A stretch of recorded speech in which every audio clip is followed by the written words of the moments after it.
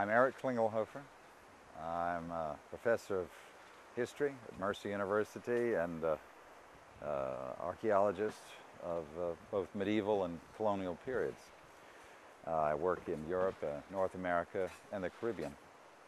And I've been associated with archaeology in Virginia and North Carolina for some time, dating back to the 80s and 90s. I was part of the team along with Nick Lucchetti and others, Dave Hazard here as well, that worked on the excavations with Noel Hume, the National Geographic Society effort at that time.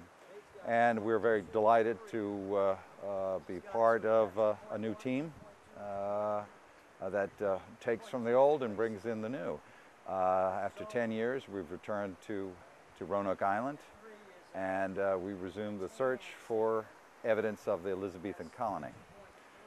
We formed several years ago the First Colony Foundation, which will help raise money and direct research both on the land and underwater, and indeed in libraries and archives around the world for this particular project, the Elizabethan colony here in North Carolina. We've started in October 2006 at an area along not far in from the coastline, along the north end of the island within the park. And we decided to begin our land operations because of quite serious erosion taking place along the coastline there, and particularly erosion at a place where some artifacts dated to the 1500s have been located. These are clues of the whereabouts and the activities of the settlers. This is our second day of excavation, and we have found well, a good deal of modern debris in the woods here, as well as some evidence of the past. It's not quite the past we want to get down to, but nonetheless it's the past. We've just yesterday we found a brass button off a Union soldier's uniform. So that was kind of interesting. We know the island was seized by federal forces in 1862, so it would be from that period. Right now we have a series of test squares. We're removing windblown sands and topsoil from the forest, down to what we found elsewhere is a thin gray line of former topsoil, former ground surface, in which we will find, can find occasionally, these very rare small pieces of pottery or glass or musket ball perhaps, from Sir Walter Raleigh's colony. Has there been any Native American context found in here also? We have not found Native American material thus far today, but we know it's scattered throughout this end of the island, and I'm sure we'll find some pieces in the ensuing 2 weeks. So I understand there's been some discussion as to how to identify features in this particular kind of soil, and what the features might look like if you actually did find something from a structure, let's say, of fixed colony. What is unique about this soil versus other places that people have dug at, or is there anything unique about it? The soil on Roanoke Island is not dissimilar from other soils along the east coast, but it is different, substantially different from that, let's say, at Jamestown Island in Virginia. We've got a sand soil that has shown shifts over time, the movement of sand forming dunes and then reformation. And when you have that, you've got less defined edges between activities than you would in a clay subsoil or a loam or silt, whatnot.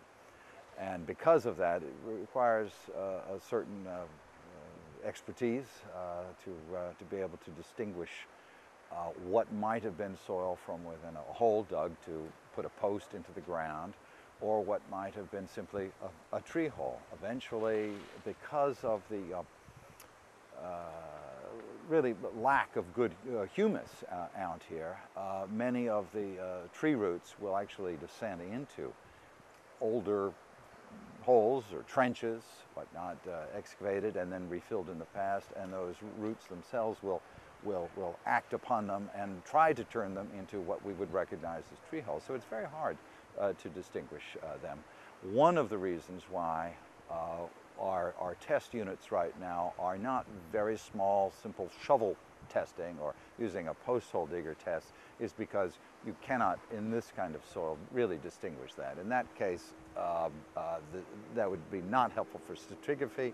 You might find some artifacts, but we already know that there's a scattering of artifacts at this end of the island, not far from the earthworks. Right. And one of the reasons why the test units we have are larger and take up more time, they're more difficult to construct here and lay out, is because we need to have that visual pattern of it, that horizontal view of the ground surface, to help us distinguish between what could be a post hole, a stake hole, any sort of feature, and what is simply an intrusion into the ground by trees. And we're in a forest, and it's been a forest for thousands of years. So we have our work cut out for us.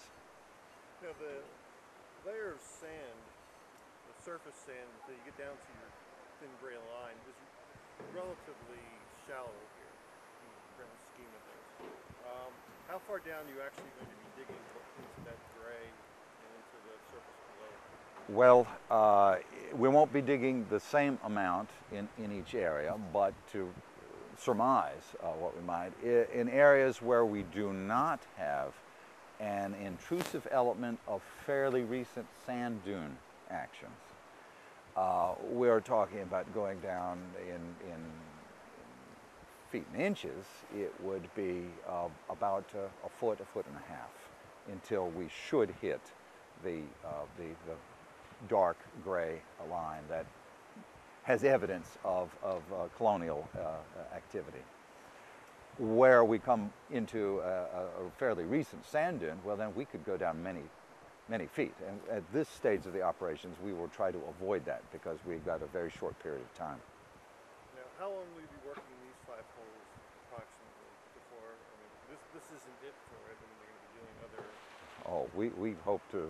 We've got scores of holes that we'll be setting up through there. We should be finished these holes probably tomorrow. Yeah, I think so. And then move on into an area that will be cleared for us shortly, into the woods. Which way are you? Oh, this is the very south end of the test area, and we will be digging another 100 yards, 100 meters toward the north. Meters because it's the park surface? Meters because it is park surface, but also it's the international scale of archaeology as well.